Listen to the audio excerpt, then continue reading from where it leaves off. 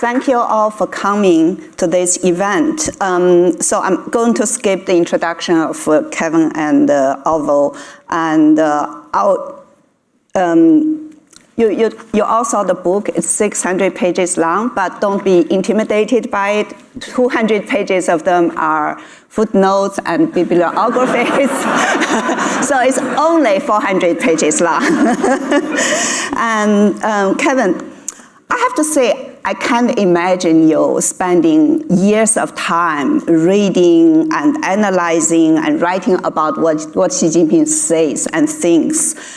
Besides the reason you had to finish a doctoral dissertation at Oxford, why did you pick this subject, and what do you think? Why do you think it's important?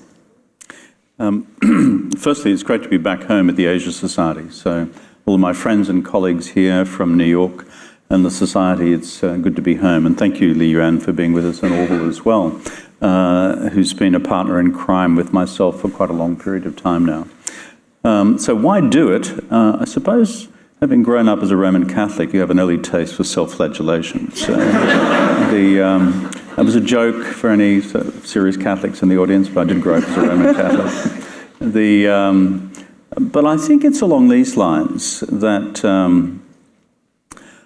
if you're a serious student of the Chinese Communist Party, which I've sought to be for most of my life, since I was a junior woodchuck at the Australian National University way back when, ideology has always been a subject which has loomed large in the party's internal discourse.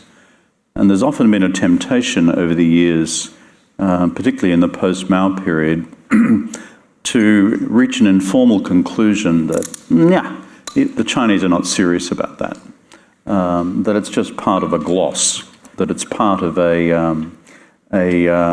chapeau, that the real politics and the real policy exists in an entirely different and pragmatic domain. And by the way, all my comments are those as a private scholar, not as an Australian ambassador to the United States. If they were in the latter, then I'd become very boring very quickly, what I was saying here today. So grant me that dispensation for the purposes of our conversation. So whereas my view is the more you read, and the more you read the Mao period, for example, and the scholars who spent a lot of time getting inside the head of the pre-49 Communist Party and the post-49 Communist Party, ideology has always mattered. It has mattered in terms of providing a worldview to organise an analysis of where China is in the world, and frankly, what to do with China in the world. Secondly, it's also a methodology through dialectical materialism and historical materialism for viewing reality. And I've reached a conclusion, having read a lot of this stuff, that if the Chinese system and the Chinese Communist Party, and particularly Xi Jinping's party, spends so much time on this, then that is not for no reason. It is because it's regarded as important internally. And if they regard it as important internally, then those of us in the analytical community should treat it with parallel levels of respect.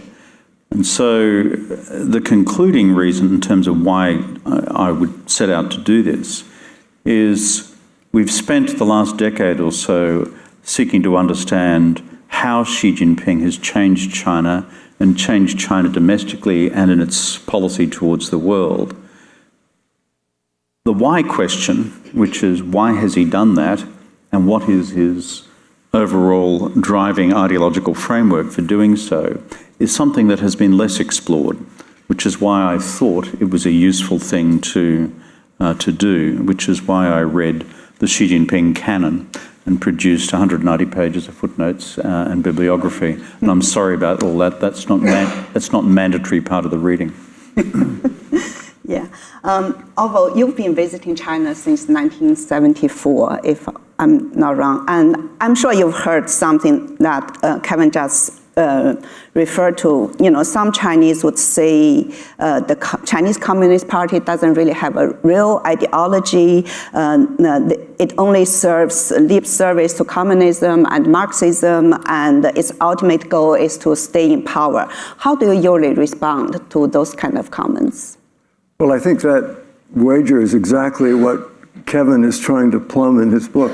Kevin, you spoke of being a Catholic, and I have to say, when your book landed on my desk, you noted, I think, in one of the early chapters that Thomas Aquinas wrote the Summa Theologica, which is several thousand pages long, about everything that could be known in the 13th century about man's relation to God. I don't want to equate Xi Jinping with God, but I did have a kind of a feeling that this was an equivalent, and I think you would share that sentiment. So here's the question that occurs to me. The Catholic Church would disagree with you. Well, I'm sure, and I'm sure the Communist Party would too.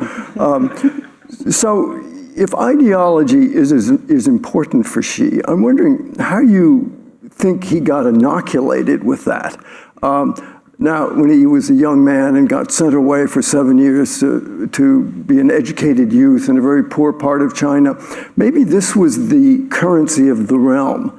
Those were his formative years. But I wonder how you look back on those early years in terms of how he has become a sort of ideologue after a period when ideology didn't matter that much in China.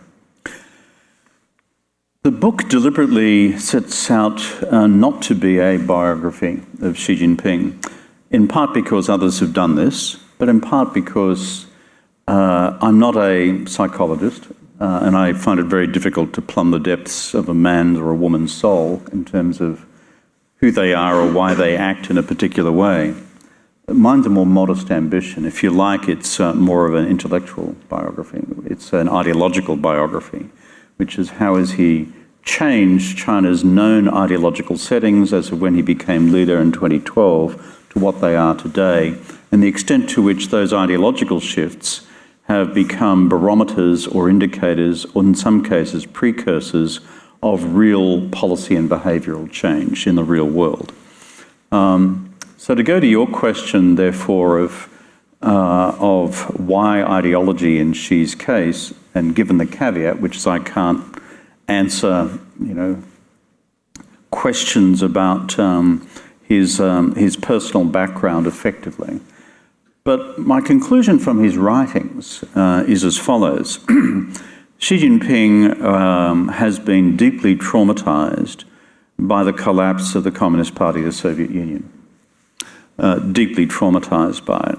It is so redolent in his writings and his reflections and his speech-making over a long period of time that as he observes what happens with the Bolshevik Revolution in 2017, his observations that where was the Red Army, where was ideology in the critical events of 1991 when the Soviet Union collapsed, that his equation in his own mind is in the absence of a strong and continuing powerful Leninist state with a coherent set of ideological belief, and he uses the term belief and faith, Xinyang, in a semi-religious way, and the need to be rebaptized, his term, not mine, in that faith, that for him ideology is in part the answer, together with the disciplines of a Leninist party, to hold the country together and to prevent what he sees as the implosion of the then Soviet Union and the dismemberment of what was then the Soviet Union to a multiplicity of states. So I think what I can deduce from his writings is that this has been a galvanizing experience factor in his mind, and it has driven him over a long period of time during the 90s towards this clear statement of ideology. If you go to his pre-2012 writings, when he's been provincial secretary, either in party secretary in either Fujian or in Zhejiang or in Shanghai, there is a reasonable continuity in terms of his views on the centrality of Marxism-Leninism. And I think the last thing that I'd just say on the evidentiary front when people say, well, maybe you're just getting this wrong, Kevin. You are overstating the reality of the significance of ideology. Here is Mao's oeuvre on ideology, on Marxism and Leninism. Here is Deng's, here is Jiang's, here is Hu Jintao's, and here is Xi Jinping's. There is a quantitative factor here. So I always bring myself back to the empirical question, why? They do not do this stuff for fun. It's for a purpose. And I think the purpose that I can best deduce is this level of anxiety that's come out of the CPSU collapse. Plus, we should not underestimate the fact that he is seriously Hongerdai. He's second generation Red. And therefore, if you're part of the party's ancestral tradition from the founders or those who worked with the founders, as the case with his father, Xi Jinping, despite the fact that Xi Jinping went through multiple traumas during the Cultural Revolution and before, this quest to retain the centrality of the Leninist party has an additional personal dimension and familial dimension as well. Since the so-called reform era, each of the Chinese leaders had their own policy frameworks, socialism with Chinese characteristics for Deng Xiaoping, 3 representatives, 3个代表 for Jiang Zemin, harmonious society for Hu Jintao, 和谐社会.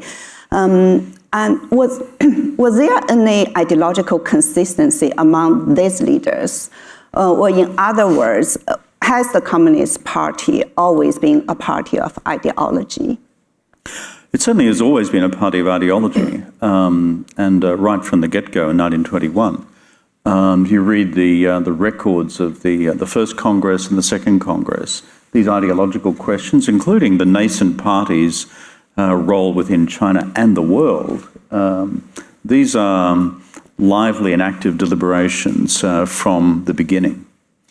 The question is to what extent has the ideological framework changed between the leaders that you've just referred to? If I was to put it into this sort of sweep of history, between, frankly, 49 and 56 in the 8th Congress of the party, Mao Zedong and the Central Committee for this period of time regarded class struggle as the central organizing principle for the party, and that is to deal with the enemy classes from within.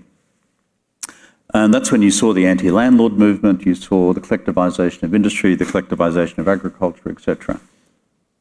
Then you get to 56 in the 8th Party Congress, and you see a resolution actually emerging from the 8th Congress which says, okay, we've just had 7 years of class struggle. We think we've dealt with the landlord class. We've dealt with the capitalist entrepreneurial class.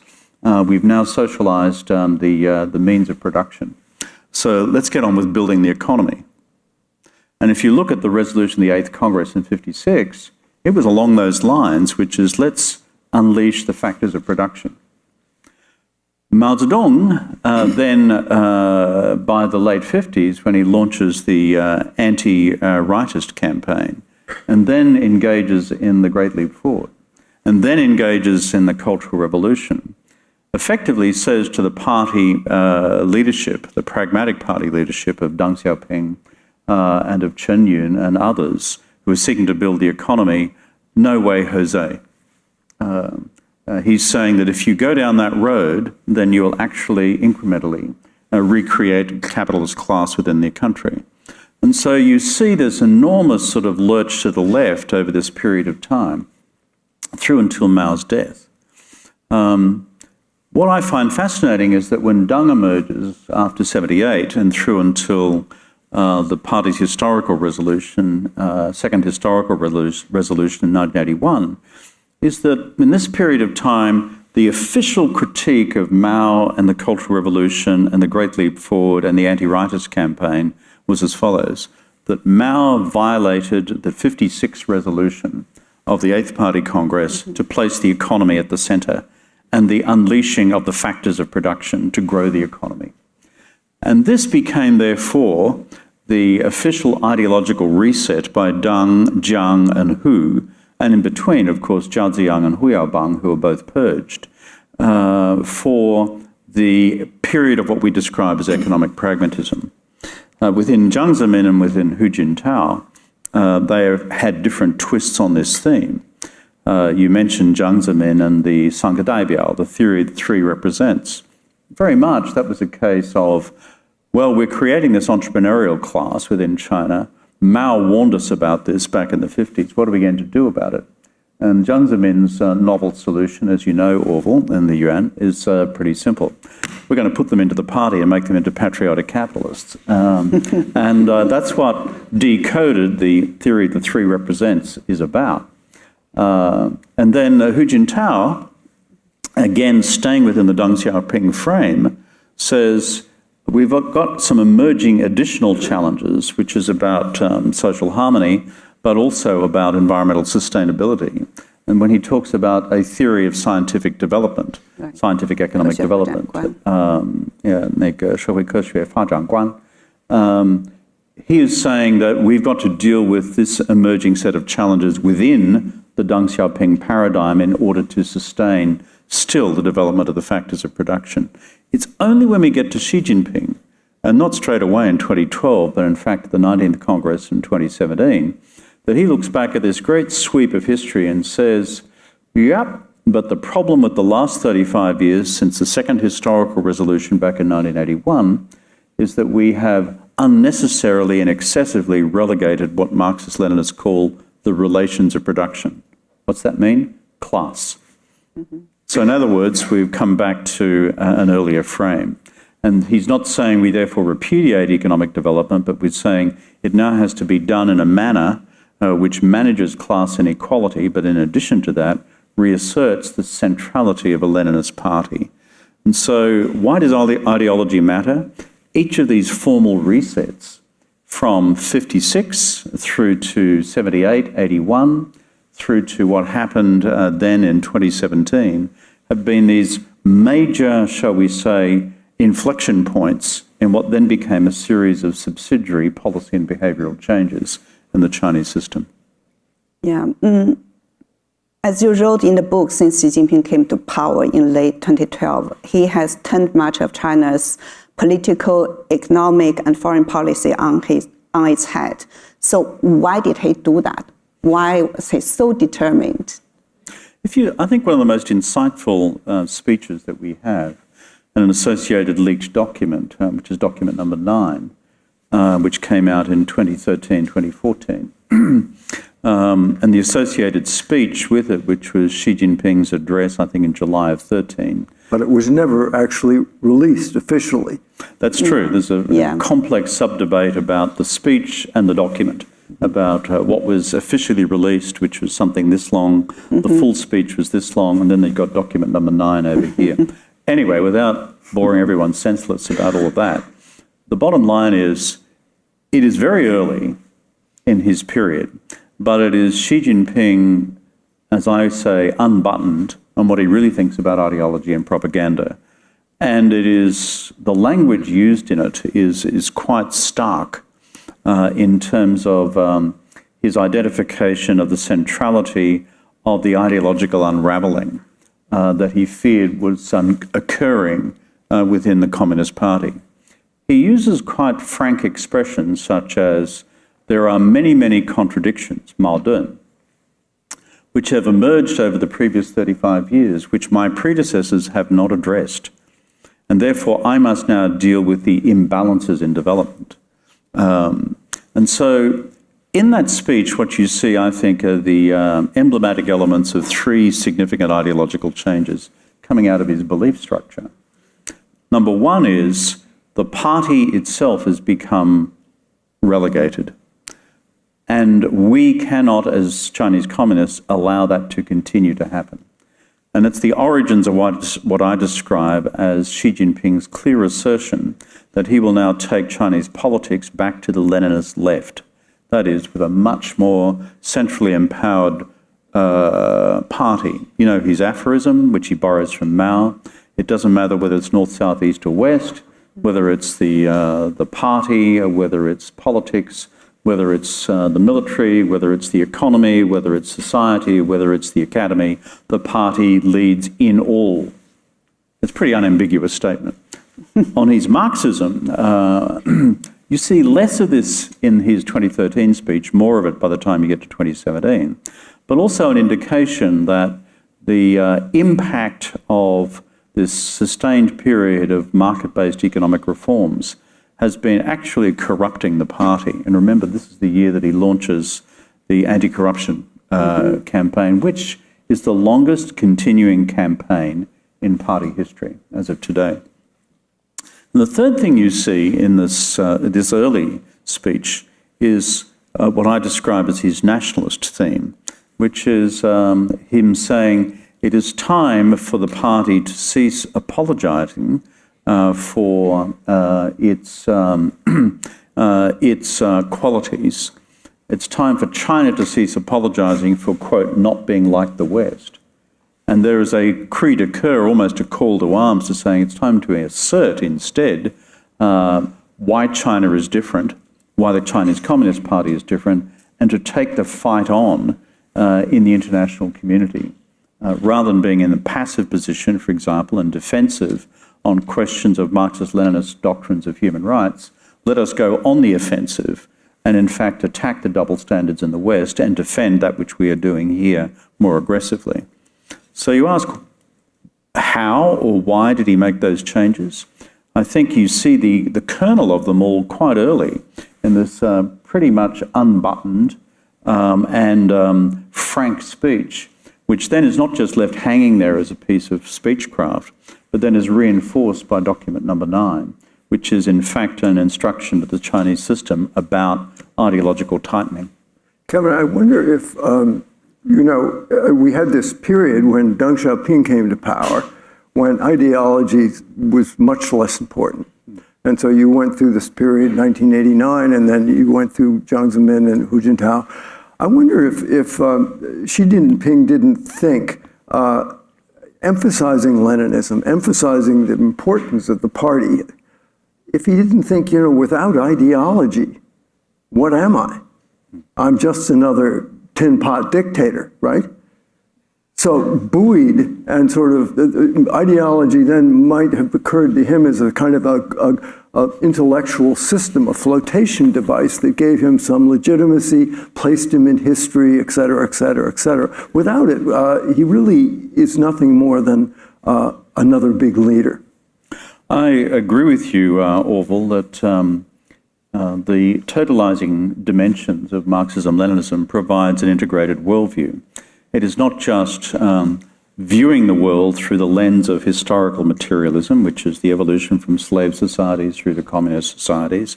It's not just a view of dialectical materialism, which is here are the conflicts in society and the economy and politics today, which we, the Leninist Party, will advance by our direct intervention in history. It provides you not just with a millenarian destination point, going back to our Roman Catholic analogies, it provides you with an ideological methodology for interpreting reality on the way through. And so to your point, you can either be, as it were, in the Chinese historical tradition, an emperor, and then anchored in the deep but mysterious cosmology of the Son of Heaven, or you have an integrated ideological worldview about the future of Chinese society, the future of China in the world as a continuing revolutionary force. And Xi Jinping then becomes sort of part of destiny. That's true. And so, within the history of the Chinese Communist Party, the leader back to Mao's day, and even before Mao, if you go back to the earliest days of the contested foundings of the party after 21, when Mao was not, as you know, preeminent leader until after Zuni in 35, 36, each purported leader of the Chinese Communist Party has to have been a former philosopher king. That is, the interpreter of the ideological tradition and the definer of it. You said before that Deng Xiaoping didn't place much emphasis on ideology. Yes and no. No, if you look at the size of his oeuvre, but at the get-go, when he's dealing with the Maoist ideological excesses of the past, he uses ideology, Marxism-Leninism, to point to the fact that Mao was in error in departing from the orthodoxy of 1956, when the Central Committee determined that the central challenge for the party for the future was unleashing the factors of production, that is, growing the economy, as opposed to being preoccupied with the relations of production, which is class struggle.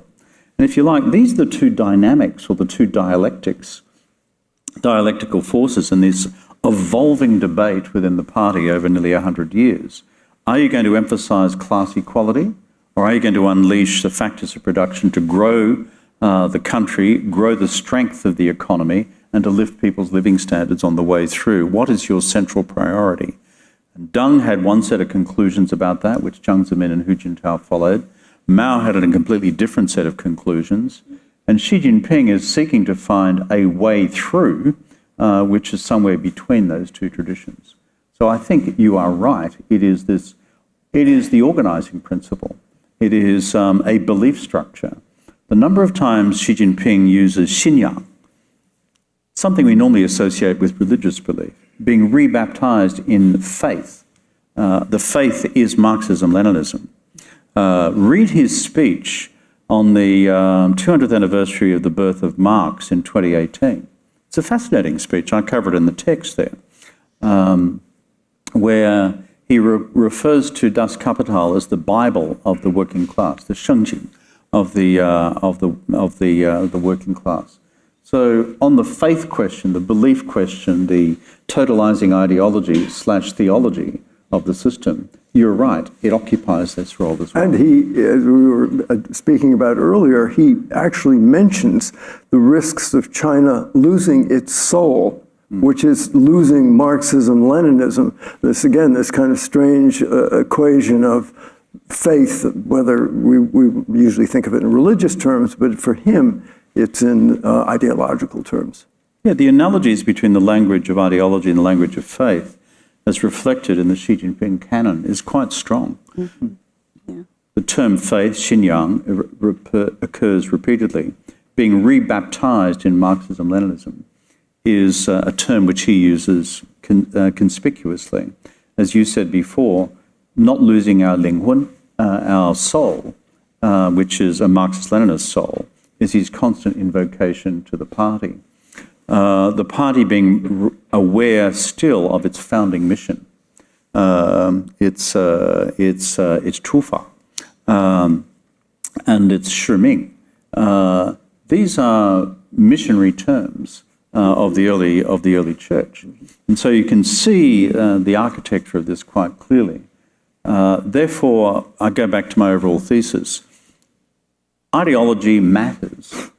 It has mattered for 100 years in a Marxist-Leninist party as both an organising principle, as a principle of politics through the power of the Leninist party, but frankly also as an economic vision for the country and therefore for China in the world, but also China's future role in the world. And so therefore, I simply argue through the book, we need to rediscover its significance as an explanatory mechanism for Chinese behaviours in the world. It's not the single explanatory mechanism, and I say this, explanatory factor, and I say this a lot in the book. There are multiple other factors as well, but we've ignored this one. Mm-hmm. So there's a quite popular view that the changes we are seeing in China over the last decade reflect the underlying and continuing nature of the Chinese Communist Party rather than the impact of any particular leader, i.e. Xi Jinping.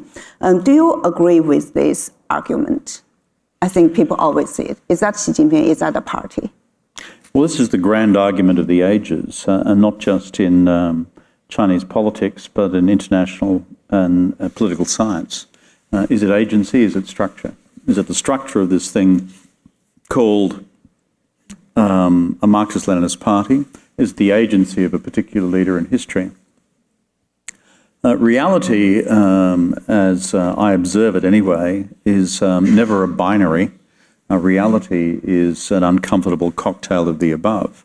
The fact that we have had the structure of something called a Marxist-Leninist party, which has survived 100 years, and it has survived an extraordinary period of 28 years of civil war, when there were many near-run misses for the extinction of the communist movement, particularly in the 20s and the 30s.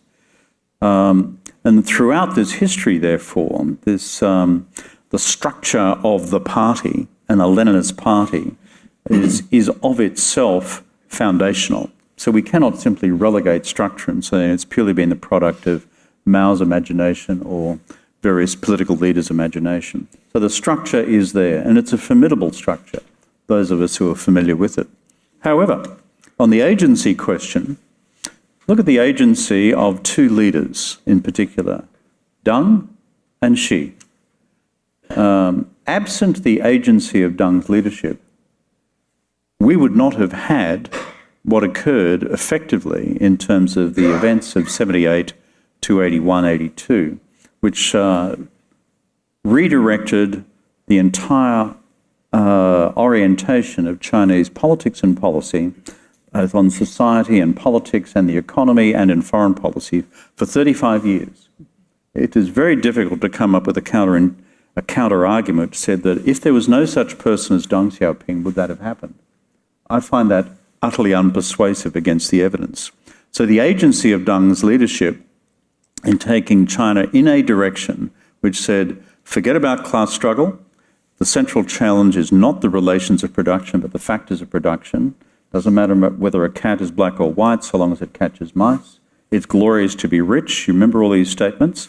That governed the orthodoxy for 35 years. And that's the agency of Deng's leadership and, frankly, his followers, Jiang Zemin and Hu Jintao. The agency of Xi Jinping's leadership and what he describes as the new era, Xin Shidai. And what's the new era mean? It's the non-Deng era. Xin Shidai effectively began in 2017, though on some now interpretations back to 2012. And he's saying that in this new era, through the agency of my leadership and Xi Jinping thought on the new era, that we have now entered into a post-Deng period where we are correcting all the imbalances which occurred during this period of reform, opening, and economic modernisation and growth. So my argument is against the evidence, the agency factor of the two leaders in this case has been profound. But we cannot say that the structure at the same time of the underpinning Leninist party has been irrelevant. So it is a cocktail of both. Yeah, I was really struck by one paragraph you said in your book. It's Xi's predecessors, they intentionally left the door of democracy a little bit open, and Xi slammed it shut. And as an intelligent man, he knows the cost of that. Can you explain a little bit of that? I was really struck by that. If you look carefully, I think, at the period of Deng, Jiang, and Hu, what you saw, absent the events of 1989 and Tiananmen, and we can address that separately if you wish, is a view of China's political economy which said, we are going to unleash the factors of production. I know Deng Xiaoping says to himself privately that this will create all sorts of new tensions in society arising out of inequality. But that is a price that's worth paying in order to grow the economy, grow living standards, and some people in some regions will get rich first. So he actually embarked upon that as a strategic direction. And knowing full well that this, in the very long term, could end up with some deep reappraisals of where China landed on the critical question of democracy and capitalism. Neither Deng, nor Jiang, nor Hu ever said, and that is going to be our destination point, a departure from communist orthodoxy. But if you look carefully at their canon and what they experimented with, remember Jiang Zemin bringing capitalists into the party which was regarded by Mao as ultimate heresy and heterodoxy. Hu Jintao's experimentation with local level democracy and local elections in villages, for example. Both these things have been quashed in the period of Xi Jinping. And so Xi Jinping, I think, mindful of what happened with the CPSU, mindful of the implosion of the Soviet Union, mindful of what happened with what he described in his earliest writings as ideology being like the fish rotting from the head. That is, if ideology begins to erode and corrode, so too does the organisational rigour of the party and its belief system. That he therefore concluded that I can see where this is going to go. The Soviets have given us an indication as to where this lands, and I'm not going to allow that to happen. So I used the analogy, he saw the future and he shut the door. Was he fully mindful of the domestic economic cost of shutting that door by taking the economy so far to the Marxist left? That's an open question. We're still debating the extent of the economic cost and therefore what now unfolds in terms of rising youth unemployment, slower growth, etc. But when people say he does not know what he is doing, within his Marxist-Leninist worldview, he has a very clear idea of what he's doing, which is preserve the party, preserve the ideological underpinnings of the party, and increasingly prepare for what he sees to be the national security contingencies of the future. Within his worldview, these are perfectly rational steps. And so therefore he saw that alternative future and shut those doors. So Kevin, let me throw another element into the discussion here. We had a period, starting with Deng Xiaoping and really going almost all the way up to Xi Jinping, when the Western world was not emphasized as a hostile foreign force. That imputation was still there, but that wasn't the main theme. How do you analyze that contradiction, which was always existing between the nations that were imperialized and imperialist nations? Do you think we are back in a world where this idea of a hostile foreign force is an important part of Xi's sort of belief system? And if so, what does that mean for those of us who are in that hostile foreign force camp? Let's speak for yourself. I think Australia has got the scars to prove a little hostile foreign forcism. I'm glad I'm speaking here in a private capacity. I think, remember, if this book of mine is about ideology, it's about a totalizing ideology and how the leadership at a particular time explains the world to the party and to the country. It's always worth asking ourselves, how did Deng do that? Before we go on to how is Xi doing that? And how did Deng do it? Deng said, starting from his domestic premise, which is class struggle is just making us poorer, and it gave us the Cultural Revolution. Neither of these things were good. Now we're going to grow the economy, and we're going to increase people's living standards. It's glorious to be rich. My mechanism for doing that is reform and opening. I'm going to reform agriculture, I'm going to reform industry, I'm going to unleash the private sector. And he did. Then he says to himself, how will this grow even further? Answer, consistent with the economic development theory of newly industrialized economies and countries, I must therefore engage in global markets. And thereby the normal path to economic development is for developing countries, poor developing countries, is a boom in net exports. And so that's exactly what happened with low-level labour-intensive manufacturers for export. And that is very much the genesis of China's economic transformation in the 80s and the 90s and into the noughties. And so how does he therefore explain the world? This is Deng Xiaoping. He says, out there in the world, what we're going to do is work within the US-led international economic system, because that's the reality, and we're simply going to work within that to make as much money as we can for the country. And he did.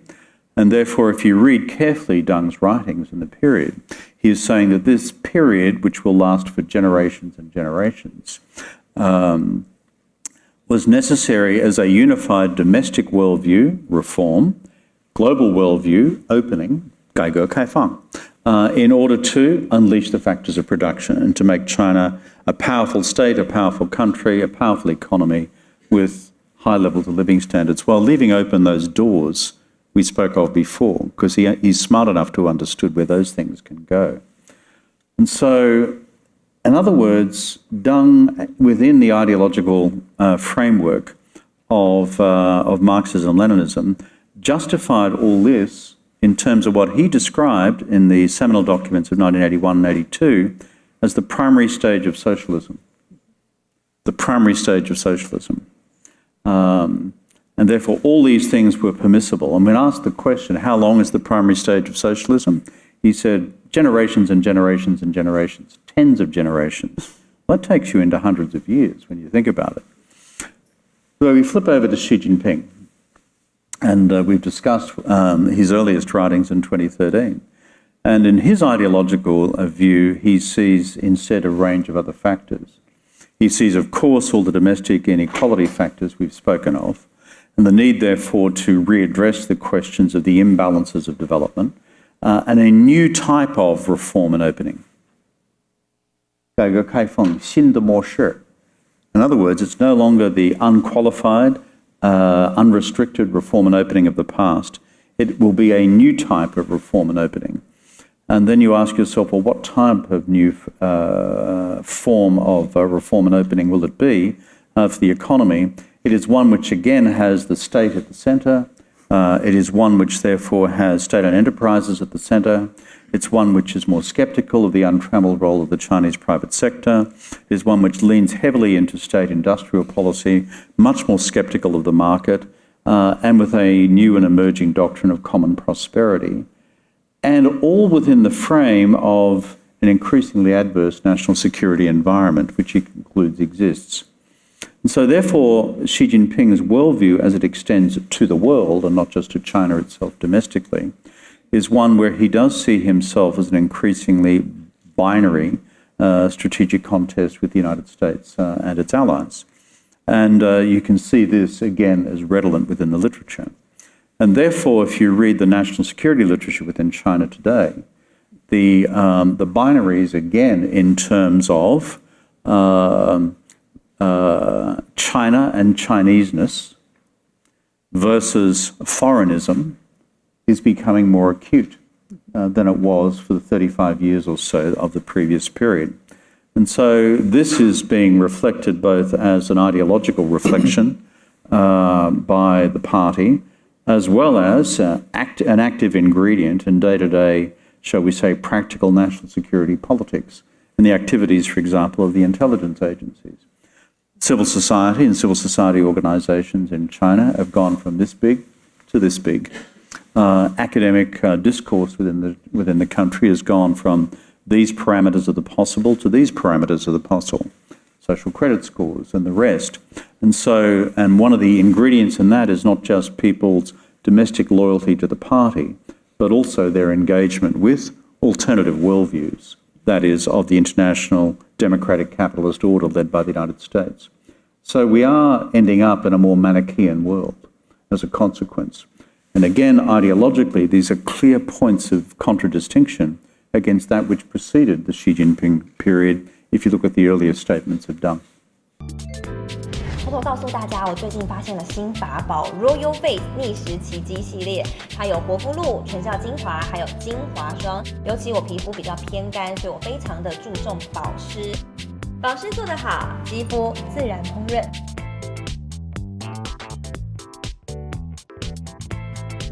提亮肤色更年轻，抚平皱纹超有感，而且气色变好。用心保养，每天都更美一点。